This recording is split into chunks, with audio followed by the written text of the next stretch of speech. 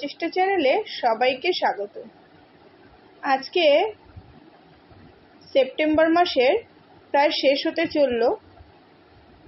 তো সেই সময় আমার ছাদে কি গাছ আছে, ঠিক শীতের বাগান শুরু করার আগে ছাদে আমার কেমন গাছগুলোর চেহারা হয়েছে বর্ষার পর, সব কিছু মিলিয়ে একটা পুরো গার্ডেনটার ওভারভিউ দেওয়ার চেষ্টা করছি। এইখানে একটা মাধবীলতা লাগিয়েছি, খুব সুন্দর সেটা বেড়ে উঠছে। আর যেগুলো গরমকালে বেশ ফুল দিত, যেই মেক্সিকান পিটুনিয়া, এখন বর্ষার পরে আর সেগুলো ফুল দেবে না, তাই সেগুলো এক সাইডে সরিয়ে দিয়েছি। আর এটা হচ্ছে আমার কুল গাছ। দুটো কুলের চারা আমি নার্সারি থেকে নিয়েছিলাম, গ্রাফটিং চারা না, ডাল কেটেই চারা, দেখা যাক কুল হয় কিনা। আর এটা একটা চেরি গাছ।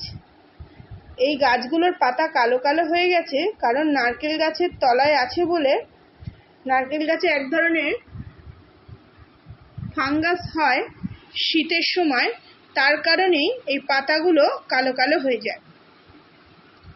তো এই সাইডটায় শীতকাল যত হবে তত প্রচণ্ড একটু রোদ পড়বে, মানে সূর্য অস্ত যাওয়ার সময় যে পশ্চিম দিকের রোদটা পড়ে, পুরো ছাদটাই ভর্তি থাকবে। তো এইখানটা পুরো পরিষ্কার করেছি, কিছু কিছু সবজি এখানে লাগানো আছে, আর গ্রো ব্যাগগুলো রেডি করছি।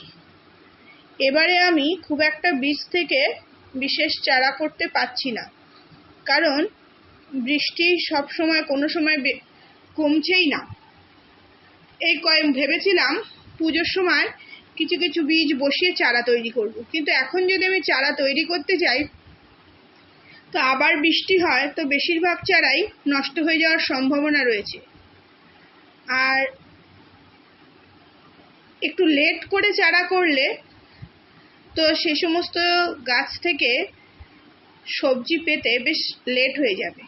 সেই জন্য চেষ্টা করব এবারে শীতকালে, মানে যেখানে ওই শীতের চারা বিক্রি হয় সেখান থেকে কিছু চারা এনে লাগাবো।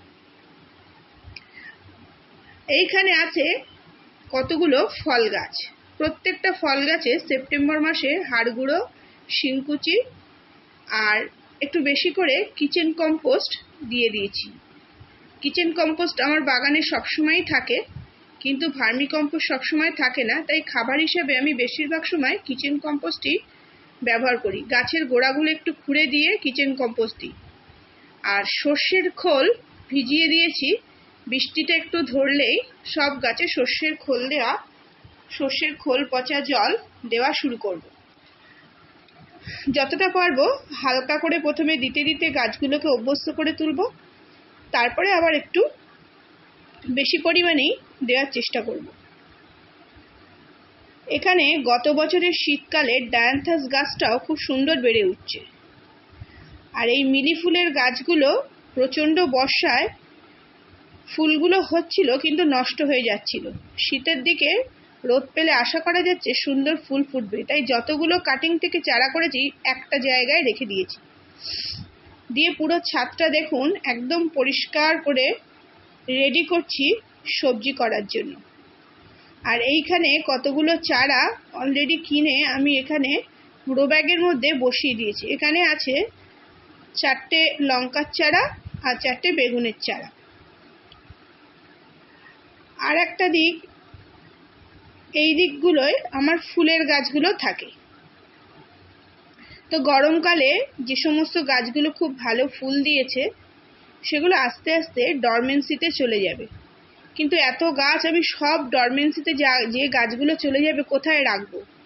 সেই জন্য এখানে একটা সাজানোর চেষ্টা করেছি এই সাইডটায়, যেগুলো কয়েকদিন পরে আর ফুল দেওয়া বন্ধ হয়ে যাবে, তার সামনে এই যে কালো রঙের যে পটগুলোর পরপর সাজিয়ে রেখেছি, এর মধ্যে কিছু আমি পাতাবাহারের গাছ লাগিয়ে দিয়েছি, যাতে এই পোর্শনটা বিভিন্ন রকম পাতাবাহার গাছ একই রকম টবে লাগানো থাকলে পিছনে যে সমস্ত গাছগুলো ডরমেন্সিতে চলে যাবে সেগুলো একটু ঢাকা পড়ে যাবে, আর একই রকম টবে বিভিন্ন বাহারি পাতা বেশ দেখতে সুন্দর লাগবে। এইভাবে আমি গার্ডেনটাকে সাজানোর চেষ্টা করছি। শীতের চারা আমি দুর্গাপুজো মিটে গেলে মানে কালী পুজোর দিকেই আমি নিয়ে আসব, তার আগে আমি আনবো না। তার আগে চেষ্টা করব কিছু সবজির চারা এনে ধীরে ধীরে বসিয়ে দেওয়ার, একটু বৃষ্টিটা কমলে তারপর। এইদিকে আমার রাখি ফুলের যে গাছটা আমি কেটে দিয়েছিলাম, গরমকালে খুব সুন্দর ফুল দিয়েছিল, তার ভিডিওটা আমার ফোনেই করা আছে, এই চ্যানেলেই আছে, খুঁজে দেখলে পেয়ে যাবেন। তো সেই গাছটাকে আমি কাটিং করে বসি করার চেষ্টা করছি। আর এইখানে দেখুন একটা দেশি মাধবীলতা, এই দিকটা আমার বাগানের পূর্ব দিক খুব সুন্দর বেড়ে উঠছে। যতবার গাছটা লতিয়ে লম্বা হয়ে ঝুলে পড়ছে ততবার আমি ওর কাটিং করে দিচ্ছি, যাতে গাছটা একটু ঝোপালো হয়। আর এখানে একটা শিউলি ফুলের গাছ, যেটা বলেছি 12 মাসি শিউলি ফুলের গাছ, কিন্তু ফুল হয়নি, এখনই দেখছি কুড়ি এসেছে। সেটাতেও হালকা করে খাবার দিচ্ছি, লিকুইড খাবার দেওয়া শুরু করেছি। আর এখানে দেখুন কিছু পাতাবাহারের গাছ বা কলিয়াস রেখেছি। শীতের ফুল গাছ আনবো ঠিকই এই সাইডটায়, পেছন দিকে যে গাছগুলো রেখেছি এই কলিয়াসের পেছনে নীলঘণ্টা এটা একটা, আর একটা আছে কুন্দ ফুলের গাছ, এগুলো কিন্তু শীতকালেই ফুল দেবে, একটু বড় পটে বসানো, সেই জন্য এগুলো পেছনের সারিতে রেখেছি। আর সামনে এখন বাগানটা যাতে খালি খালি না লাগে তার জন্য কিছু রং বেরঙের পাতাবাহার বা কলিয়াস গাছ রেখে দিয়েছি সারবদ্ধভাবে। এবার এখানে ফুল, আবার শীতের ফুল এনে সেগুলো যতক্ষণ না বড় হবে ততক্ষণ তো সাজাতে পারবো না, সেই জন্য এইভাবে একটা সাজিয়ে রাখার চেষ্টা করেছি। আর এইবার এই দিকটায় দেখুন প্রত্যেকটা, এখানে 3টে সারিতে গাছ লাগানো আছে। পেছনের সারিতে রয়েছে অনেকগুলো করবী, তারপর আছে আপনার কাঞ্চন ফুলের গাছ এবং কিছু দেশি জবা। আর সামনে এই যে রয়েছে এগুলো হচ্ছে 3 রকম স্থলপদ্ম আর কিছু অস্ট্রেলিয়ান আর পুনে ভ্যারাইটির জবা গাছ এখানে রাখা আছে।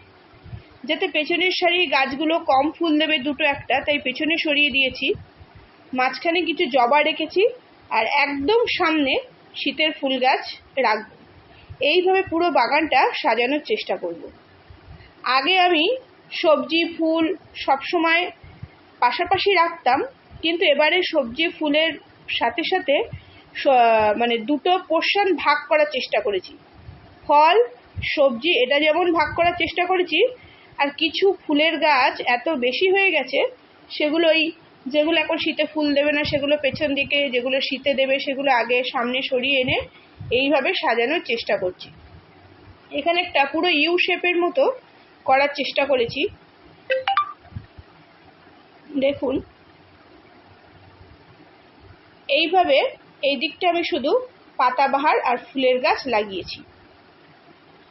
আবার শীতকালীন গাছগুলো আনলে এবং তাতে ফুল ফুটলে পুরো বাগানের ওভারভিউ আপনাদের সঙ্গে অবশ্যই শেয়ার করব।